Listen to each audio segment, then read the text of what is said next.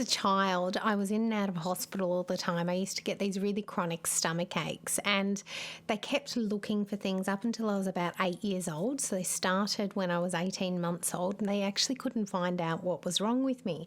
And I'd get these crippling pains, I'd be throwing up for days, and then I'd be sore in the tummy, not being able to eat or walk or go to school for maybe up to 2 weeks, depending on how bad it was.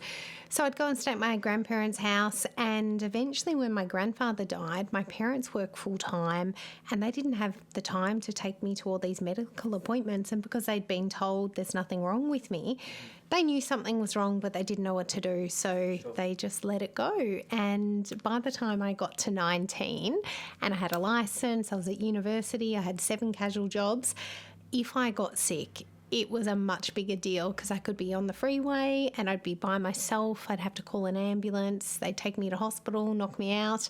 And yeah, I really wanted to get to the bottom of it. So this particular time, I finished university. I've gone to one of my casual jobs. I've worked in a bar till 6 a.m. in the morning. I've driven back to the peninsula and gone for a scan before I went to sleep.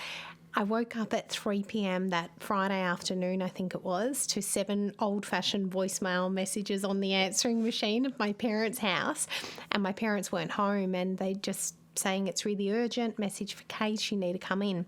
So I go in and I thought, I hope they've actually found something that's pretty serious, because I'm sick of being told there's nothing wrong with me or that I'm making it up.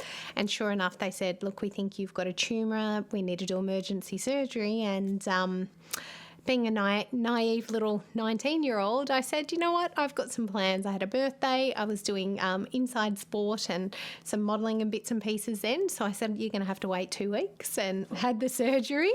As a parent now, I just think, what I must have put my parents through. It would have been horrible, but I was pretty independent, as you could tell. So my whole youth was really about working out what food was making me sick, because the doctors said, it's something she's eating. And I knew the ins and outs of food, and I knew it wasn't food that was making me sick. So that's where my passion started.